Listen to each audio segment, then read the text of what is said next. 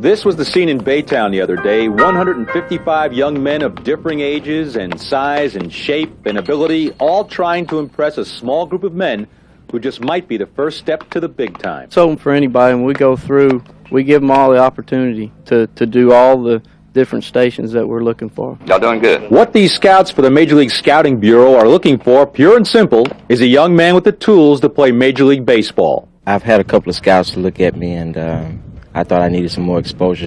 But let's look at the facts for a moment. Just about every prospect is already a known quantity to baseball scouts. Not to say it can't happen, though. Astros manager Art Howe was discovered at a Pittsburgh Pirate tryout camp once. Steve Bedrosian, he was pretty much signed out of a camp, I believe. And, you know, he was a Cy Young winner a couple of years ago. So, kid has the opportunity to get seen, and it's good for him. You watch an Astros game and picture yourself out there? Yeah. They had a camp down there about 2 weeks ago, and I walked out on the turf, and I said, man, this is a great feeling. Maybe one day I'll be out here. Well, you know what? I can still picture my own self out there on the mound once again. I'm inspired. If Howe can do it, if Bedrosian can do it, why can't I make a comeback? Would you let me go out there and pitch? Well, how old are you now? I'm 24. 24. All right, I'm 27. Okay. Where'd you get the uniform? It's a friend of my father's. So I borrowed it. A friend of Bob Feller's, right? No, not exactly. Can I go out there and?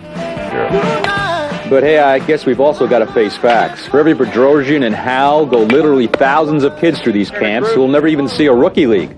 Forget big league stardom. Hop, skip, jump, throw it. The Scouting Bureau alone has 50 of these camps around the country each summer. You have as much chance of winning the jackpot in the lottery or getting hit by lightning as making it to the big leagues from one of these camps. Come on, you 148. So why come out on a brutally hot day to be given a number?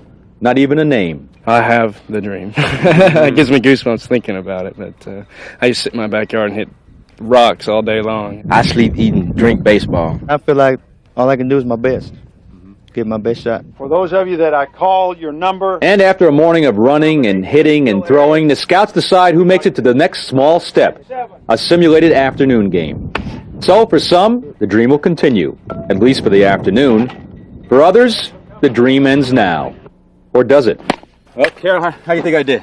Well, judging from the ray gun readings and our grading scale, and considering your age,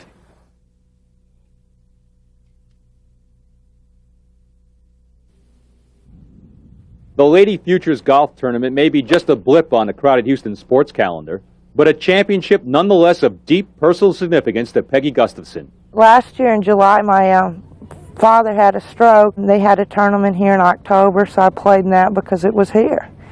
And I was fortunate enough to lead all 3 days and to win that tournament.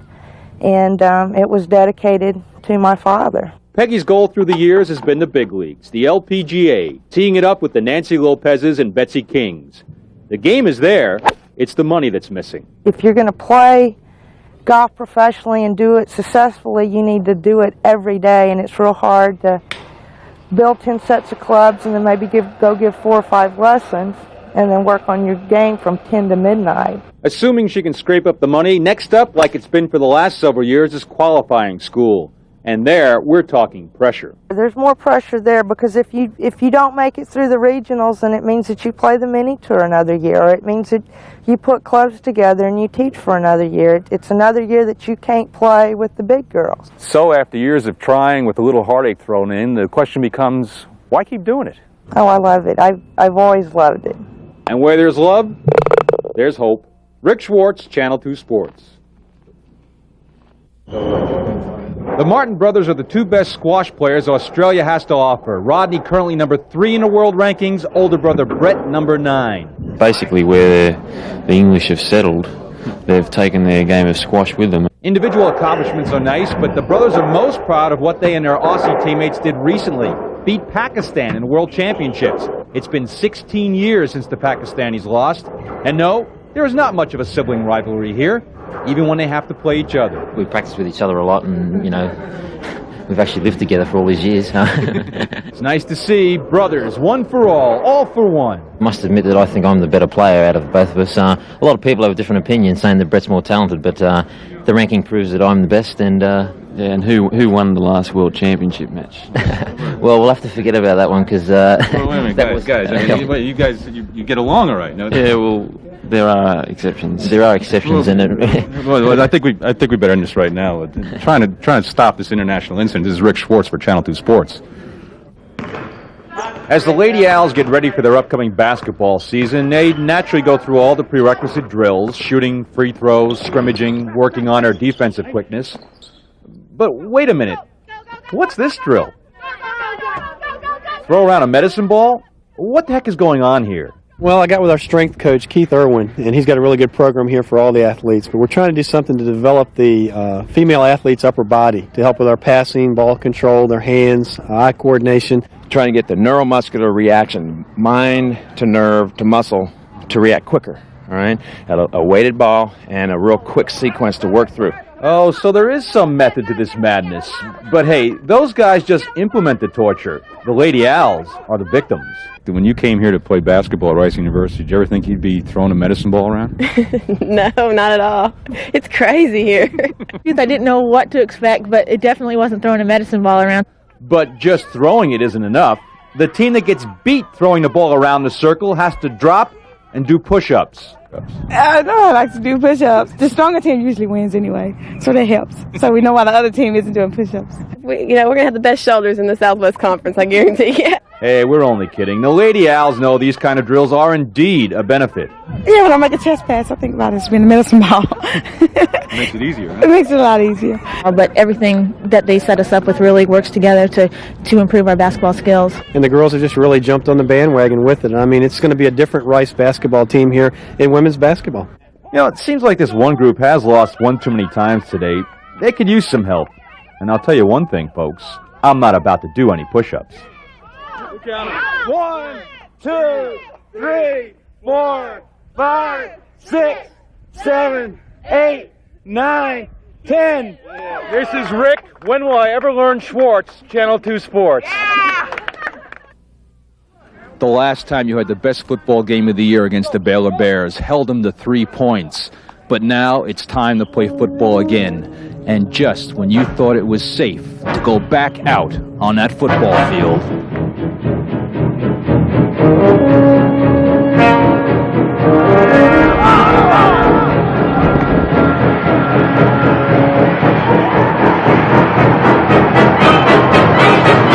he has a really strong arm, and he chooses his targets really well, and he can get the ball there, you know, in the smallest little crease. it could be your greatest nightmare. That's right. I'd rather play the Detroit Lions this game. If we do what we're supposed to, it'll be, yeah, it'll be, every night we're dreaming about it.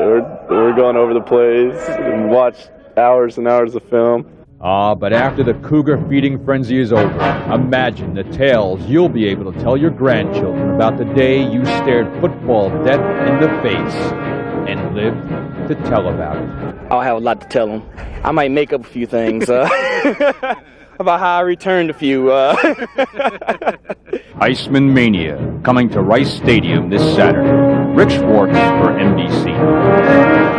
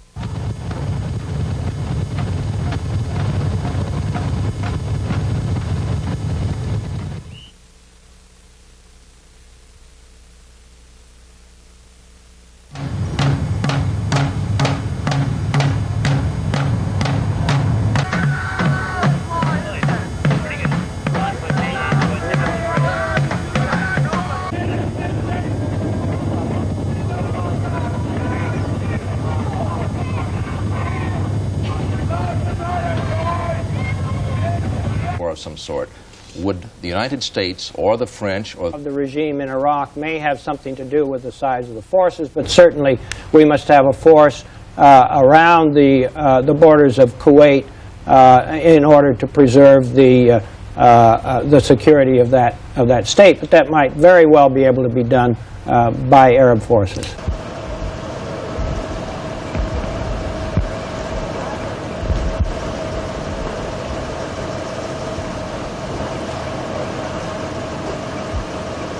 It was rounding up and executing Kuwaiti citizens, holding some of them hostages as human shields. in Iraq.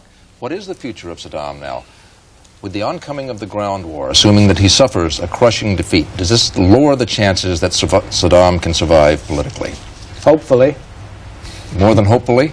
I think the result will be an Iraq with seriously diminished military capability, but still with some defensive capability.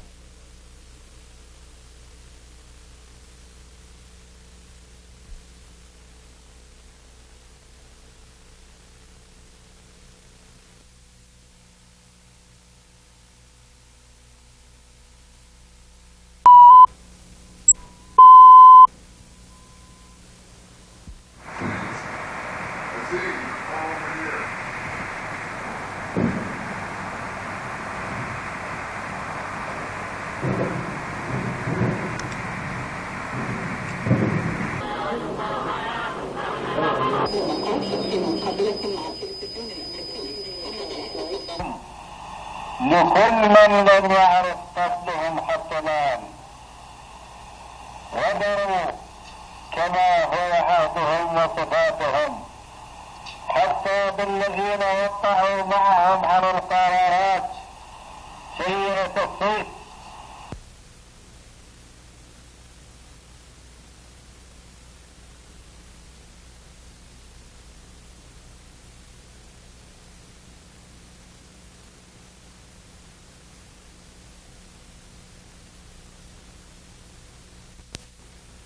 لكم بالله وقاتلوهم دفاعا عن كل حرة شريفة وكل طفل بريء ولهم المعارك والقادسية. Here in Baghdad, Iraqis are paying close attention to news of the battle on their radios. There's hardly a family in the capital which doesn't have a man at the front. They feel their country's future now hangs in the balance. Tom Aspel, NBC News, Baghdad.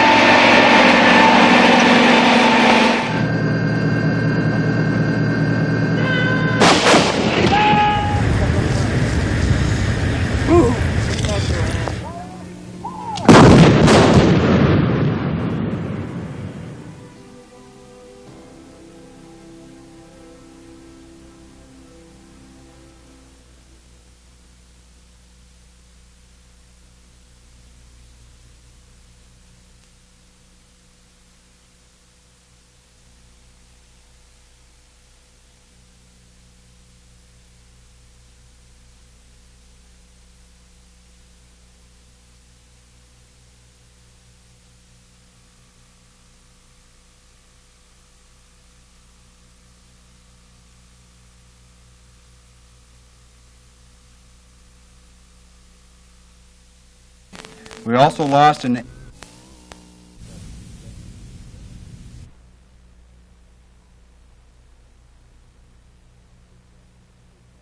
Here's Friday Night Sports and Rick Schwartz. We go to the unprotected. Oh, boy. Yes, sir. We have your official list of the guys the Oilers have left unprotected, better known as Plan B. No real surprise for Steve Brown, Patrick Allen, and Jay Pennison, all veterans who saw diminished playing time this year. Tony Zendejas, the only mild surprise. He lost his job to Tony Garcia. Now, the next group are veterans who got caught in a numbers game. Some might re-sign with the Oilers. And the last group of 6 are youngsters who couldn't beat out established veterans, and they have the best chance of signing elsewhere. Now, don't forget, all 14 of these guys are now free agents and can negotiate with any other team until April 1st, at which time they revert back to the Oilers. The Oiler hierarchy this afternoon said they hate to give up anyone, that it's a guessing game. The case of keeping Garcia and letting go Zendejas is a case in point. Tony's a good boy. I don't know. He doesn't know why he's on Plan B. We're the only ones that know it, sitting right here. We've overall, whichever one or whoever's doing kicking next year, we've got to have better kicking overall for the season. It wasn't good enough this year.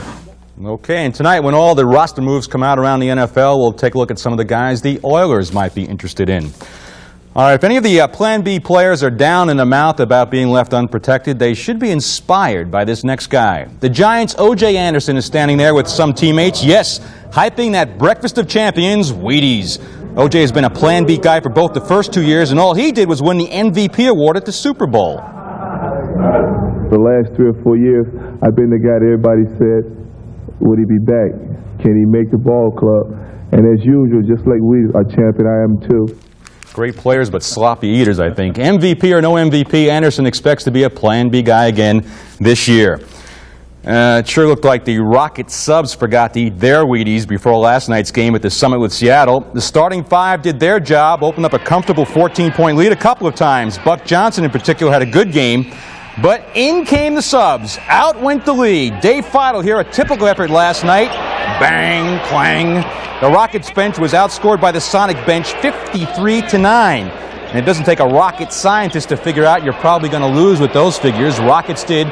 Seattle breaks their modest 3-game winning streak, 97-94. And to make matters worse, Rockets are on the road for 4 of their next 5 games starting tomorrow night in San Antonio.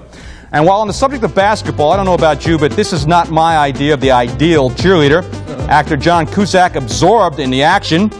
Milwaukee's Brad Lohaus with a great pass. Watch it coming up here. Well, unfortunately, it went to Reggie Williams of Denver.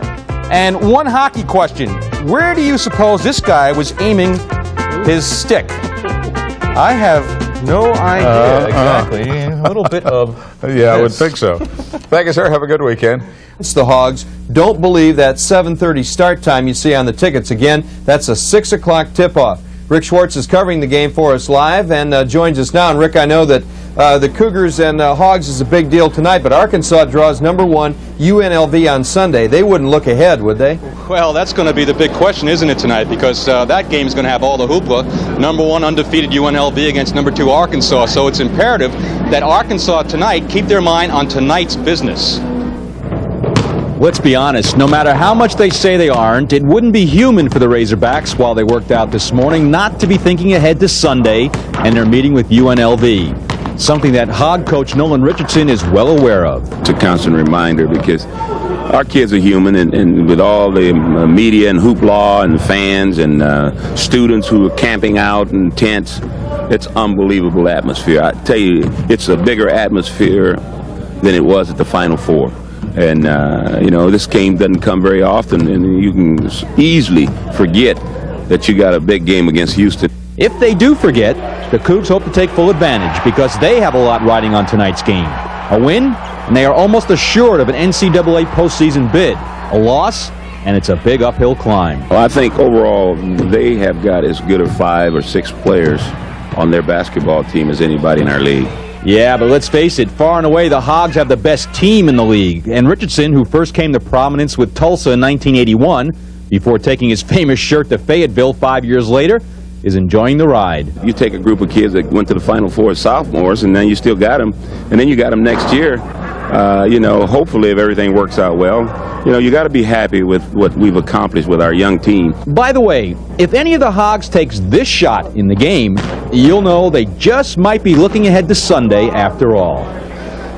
I don't think we'll see that shot tonight. By the way, Cougars have won 18 straight at home. The last team to beat them here at Hofheinz, you got it, Arkansas, a year ago January. Craig? Okay, Rick, obviously, he'll update us at 6 o'clock. So is sports a lot of times, too. You know? I don't know how we segue, so we don't. So we just go to Rick Schwartz, who's going to talk about strange things in sports, and starting with the Donald. The Donald, yeah, but can we go back to Maryland? I still have my mind on her. But all right, we'll talk about the Donald. This next bit of news is of some concern for us here in Houston because George Foreman lives here, as you know. Heavyweight champ Evander Holyfield trains here, and Donald Trump bores us all here. How's this all come together, you ask? Well, Trump is supposed to promote the championship fight between Foreman and Holyfield in Atlantic City. That's come April 19th. Now, Trump was supposed to pay $11 million for the rights, but wants to invoke a, quote, war clause, whatever that is, and pay only $5 million. Well, the promoter said thanks to the Donald, and now want to move the fight to Las Vegas and out of Trump's hands, and we'll have more on that later. They're supposed to meet tomorrow. All right, before all that, let's talk about the Truck and Tractor Winter Championships that are in the Dome tonight and tomorrow night.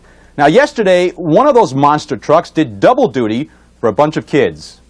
It's a never-ending quest to teach young kids the evil of drugs. With that in mind, the administrators of the Dean Intermediate and Bain Elementary Schools got together with the folks at the TNT to have one of the monster trucks, King Crunch, come over to the parking lot and give a visual demonstration of the Just Say No campaign. Something that draws the crowd, draws the attention. It gives the kids something they'll never forget. And they were going to the scrap yard anyway. But before the big crunch, there was entertainment. Orbit, the Astro mascot, strutted his stuff, and speakers told the 1,500 assembled kids about drug abuse. We're going to utilize the visual impact of the King Crunch to reinforce the efforts that we have put forth through our DARE program and through our other drug prevention programs to show these kids that we care enough about them, that they should care enough about themselves to stop drugs. Finally, it was time for the big moment. Scott Stevens revs up King Crunch, and the King lives up to his name. Once is never enough.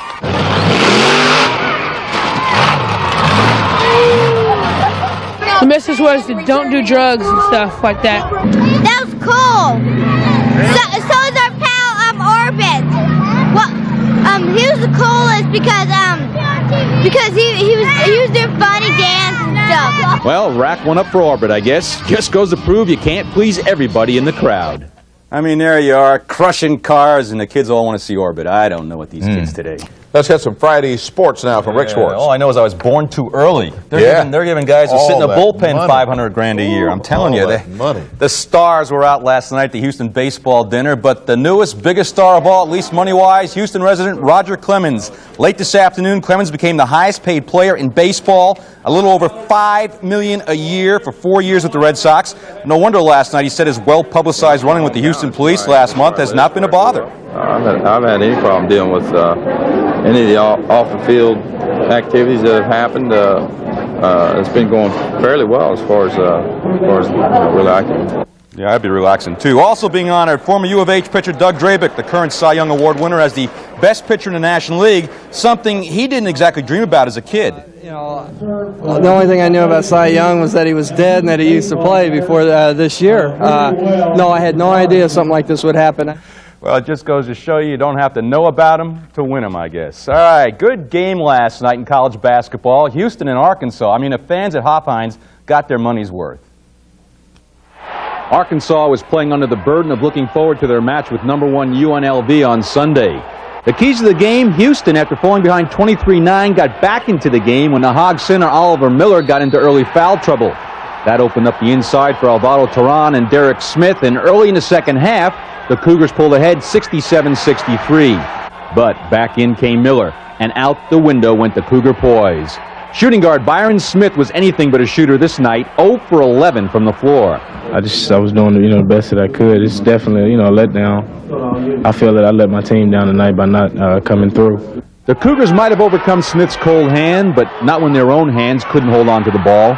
After getting that 67-63 lead, the Cougars turned the ball over 5 straight times. Arkansas went on a 15-0 run, and it was lights out. 81-74 the final, 20 straight for Arkansas.